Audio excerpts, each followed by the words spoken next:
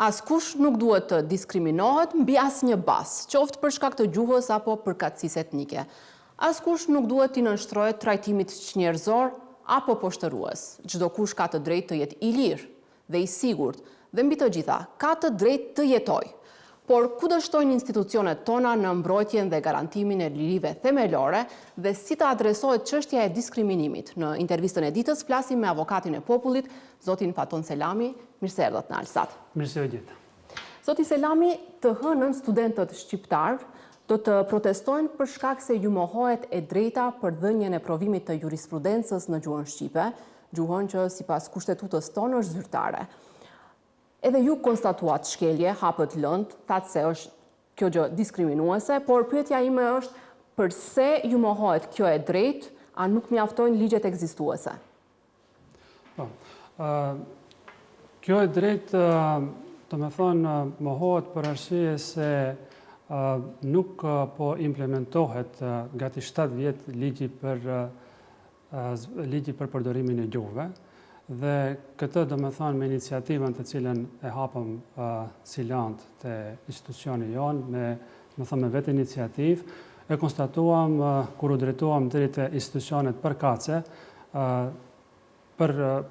pra te Inspektorati i Gjuhëve dhe te Ministria e Drejtësisë si institucion i cili i organizon mbajtjen e provimit të jurisprudencës.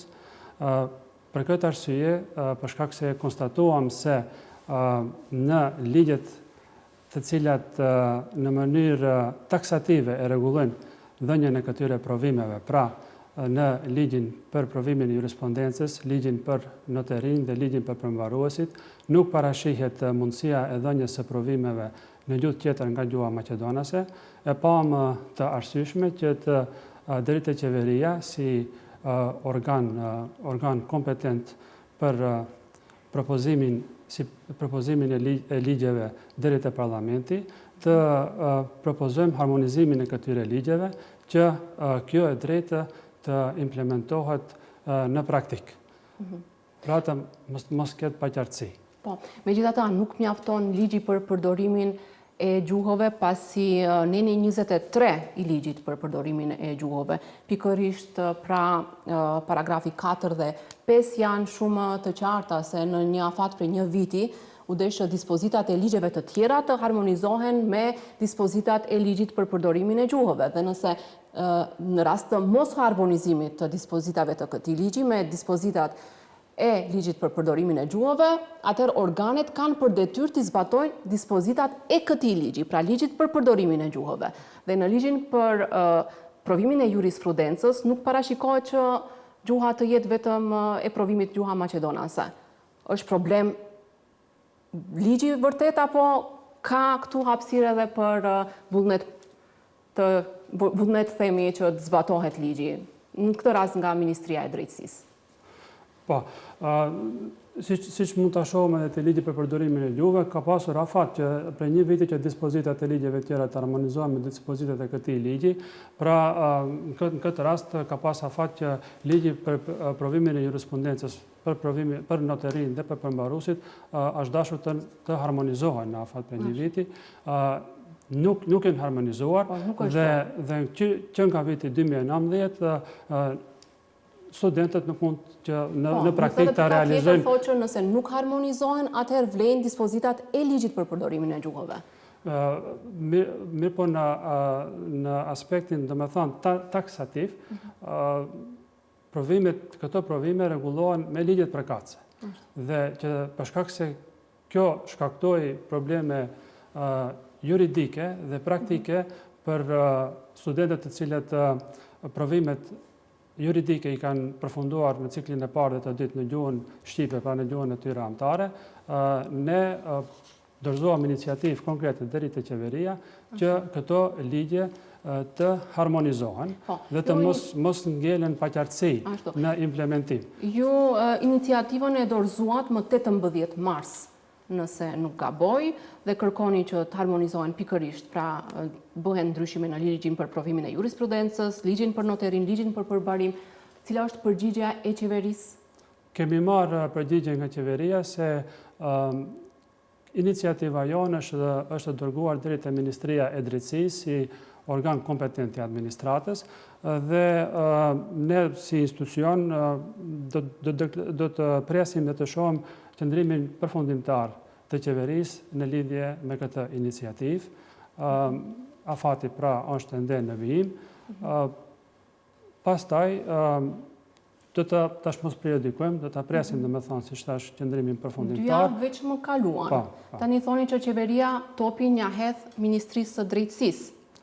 Megjithatë ju thoni që do të prisni një përgjigje nga qeveria apo tani do të prisni përgjigje nga Ministria e Drejtësisë? Ne jemi adresuar qeverisë dhe presëm përgjigje nga qeveria. Ashtu.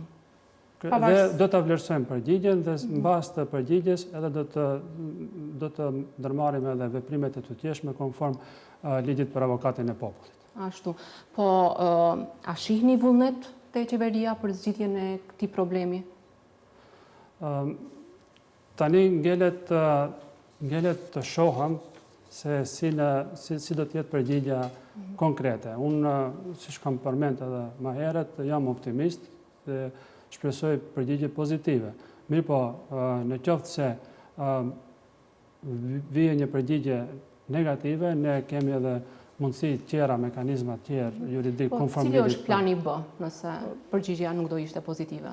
Ne, në qoftë se përgjigja nuk është pozitive, atëherë ne mund të përgatisim një raport të veçantë dhe atë t'ja adresojmë Kuvendit të Republikës së Maqedonisë si institucion ligjvënës i cili i sjell ligjet dhe i sjell njëkohësisht edhe mund të ndryshojë dhe të plotësojë ato. Po, opozita shqiptare kishte kritika për nismën tuaj, tha se kjo e drejtë është e garantuar për studentët shqiptar dhe nuk duhet të bëhet vetëm në bazë të kërkesës, siç kishit theksuar në iniciativën tuaj. Si i shihni këto kritika të opozitës shqiptare? Po, unë për arsyet se institucioni i avokatit të popullit është institucion i pavarur, do të përmbaham dhe nuk do të komentoj pra qëndrimet e subjekteve politike. Ato për të gjithë subjektet politike kam domethënë respekt, si edhe ato, edhe qytetarët kanë të drejtë që ta kritikojnë nëse ta lavdojnë punën e avokatit të popullit, ajo është drejtë e tyre, por unë do të përmbaham dhe nuk do të komentoj qëndrimet e tyre, por për ju si mediume dhe për opinionin publik, për rastin konkret, pyetjen konkrete, mund të them se termi me kërkesë është vetëm një term teknik, sipas të cilit kandidati do të deklarohet se në cilën gjuhë do të nështrohet provimit që të mund pastaj komisionet, administrata përkatëse në Ministrinë e Drejtësisë të përgatitë edhe materialet në atë gjuhë. Një nga detyrat e avokatit të popullit është edhe ndjekja e përfaqësimit të drejtë dhe adekuat të bashkësive etnike nëpër institucione. A keni njohuri nëse ka ndryshuar përqindja e përfaqësimit në këtë kohë që nuk kemi një mekanizëm si balancuesi? Avokati i popullit, siç përmendet, një nga kompetencat e ka edhe ndjekjen e përfaqësimit të drejtë dhe adekuat dhe për këtë kompetencë çdo vit përgatiten raport të veçantë. Ai raport përgatitet për periudhën e vitit paraprak kalendarik. Dhe unë me marrjen e detyrës kam nënshkruar një kërkesë deri te të gjitha institucionet që ato të na dërgojnë të dhëna dhe u kemi dërguar një formular që duhet ta plotësojnë, të na dërgojnë të dhëna për përfaqësimin etnik në institucionet e tyre, përfaqësimin gjinor, si dhe të dhëna tjera. Dhe pas përpunimit, pas ardhes së përgjigjeve dhe përpunimit të njëjtave, krahasimit të njëjtave edhe me vitin paraprak, do të dalëm me raport të veçantë, do të njoftojmë opinionin publik dhe do të dalëm edhe me rekomandime apo me vërejtje, pra duhet kohë që këto të mbrijnë përgjigjet, të analizohen, të krahasohen dhe të shihet edhe efekti i, siç përmendet, mungesës balancuesit. A ka institucione që nuk bashkëpunojnë, e keni të vështirë të i grumbulloni të dhënat? Deri më tani, nga letrat e dërguara, nuk nuk kemi hasur në përgjithësi përgjigjen, kemi bashkëpunim domethënë nga institucionet përgjigjen, mirë po ka edhe në institucion për arsye teknike, mundet edhe nuk është përgjigj, po ne do të dërgojmë edhe shkresa plotësuese edhe urgjenca që të mbledhim domethënë të dhënat nga të gjitha institucionet dhe nga këtu e shfrytëzoj rastin që të apeloj të institucionet që sa më shpejt të na i dërgojnë të dhënat që edhe ne të mundet sa më shpejt të përgatisim raportin e veçantë për përfaqësimin e drejtë. Prej kohësh është premtuar edhe ligji për përfaqësimin e drejtë të bashkësive etnike, por disa pjesë të këtij ligji që ende nuk është publikuar zyrtarisht, po shkaktoi debate, sidomos pjesa e mungesës së gjobave. Si avokati i popullit, a keni vërejtje për përmbajtjen e ligjit që po përgatitet? Ligjit për përfaqësimin e drejtë dhe adekuat. Unë sa i përket kësaj çështje apeloj që sa më shpejt kuvendi ta sjellë këtë ligj dhe ne pastaj jo vetëm institucioni avokatit të popullit, por të gjitha institucionet të veprojnë konform normave të atij ligji. A keni ndonjë parashtres për kaq kohë sa jeni avokat i popullit për diskriminim në vendin e punës, për qoftë mohim që të punësohet dikush ose të largohet nga puna për shkak të përkatësisë etnike? Pra, deri më tani, ne nga puna e deri tanishme, nga parashesat të cilat unë kom pas rastin të shoh, edhe nga informatat nga shërbimi administrativ, vinë parashtresa për shkeljet e të drejtave nga marrëdhënia e punës, por konkretisht nuk kam pasur deri më tani ndonjë parashtresë lidhur me largimin nga puna për shkak të përkatësisë etnike. Dytit më parë ju publikuat edhe raportin për respektimin e lirive themelore dhe të drejtave të qytetarëve. Ishte theksuar aty edhe çështja e dhunës në familje dhe dhunës në bazë gjinore. 6 femicide vetëm për 3 muaj. Si avokat i popullit, a mund të na jepni një përgjigje përse shteti, përse institucionet dështojnë t'i mbrojnë viktimat e dhunës në familje, viktimat e dhunës në bazë gjinore, madje kur ka dhe denoncime, 10 denoncime në polici, por edhe kur vetë dhuna ndodh në vende publike, siç ishte rasti i fundit me Ivanën? Po, ne kemi, siç e përmendet edhe ju në raportin e vitit të kaluar, kemi detektuar dhunën në familje dhe dhunën në bazë gjinore, dhe më parë unë interesova në vitet e kaluara nuk ka pasur parashtresa për këtë. Pra kjo si lancë i parashtresa janë paraqitur në vitin e kaluar raportues. Edhe në këtë vit pra kemi lancë për dhunë në familje, kemi hapur edhe lancë me iniciativë personale për shkak të kujdesit ndaj të dhënave personale, pra ajo punohet dhe nuk do të hi më tepër në detalje.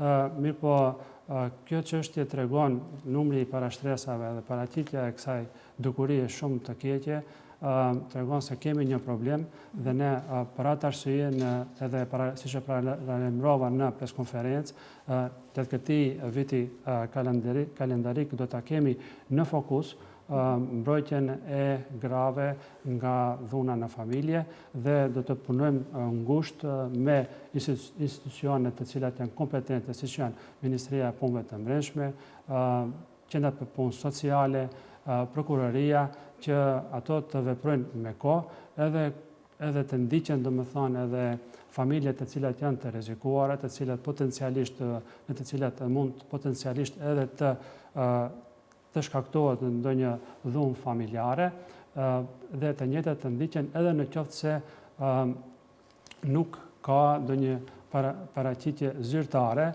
kallëzim zyrtar të institucionet.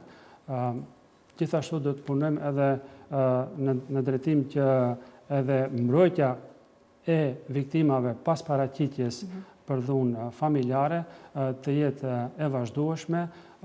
Do t'i shohim të gjitha, do t'i monitorojmë të gjitha pra rregullore të ligjet që të mundësohet atyre një mbrojtje sa më e mirë, e cila siç e dim, organizohet nëpërmjet strehimoreve, qendrave strehimore, dhe për të cilat ne mendojmë se duhet të ketë në çdo qytet qendra të tilla që të mundësohet viktimave të strehohen aty dhe të mos e vendosin në rrezik familjen duke mos patur se ku të strehohen.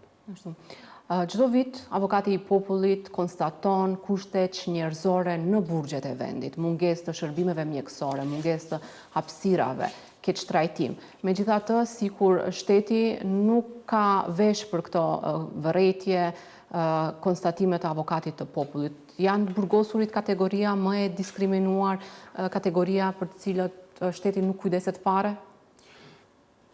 Problemi me sistemin penitenciar ekziston për vitesh dhe konstatimet e avokatit të popullit për këtë lëmi po përsëriten. Po konkretisht vërejtjet janë për mbipopullimin në bugjet. Kemi raste ku në një dhomë të destinuar për 4 të burgosur janë të vendosur 12 të burgosur, kështu që kjo shkakton edhe konflikte ndërmjet të burgosurve, ndërsa nga informatat e fundit që i kam është se në burgun e Tetovës është këtë vit kemi pothuajse 2 fish numër të burgosurve në krahasim me kapacitetin e ekzistues të burgut. Pra, kjo është një për problemeve më të mëdha që kemi konstatuar, pastaj kemi të bëjmë edhe me mungesën e kujdesit mjekësor, mungesën e stafit mjekësor në përbugje, ambulantave, ndërsa një problem tjetër i cili shpesh paraqitet është edhe ofrimi i shërbimit të mjekësisë terciare, kur të burgosurit duhet që të mjekohen jashtë institucioneve korrektuese. Për këtë arsye, ne kemi planifikuar që për tejkalimin e këtyre gjendjeve, kemi planifikuar që në bashkëpunim me misionin e OSBE-s të organizojmë një debat profesional me të gjithë faktorët relevant me qëllim të tejkalimit të kësaj situate shumë vjeçare. Për shkak se jemi në minutat e fundit, do doja shumë shkurt t'ju pyes edhe për atë që e di që kur e morët detyrën paralajmëruat se do të iniconin ndryshime ligjore, në mënyrë që avokati i popullit të ketë më shumë kompetenca.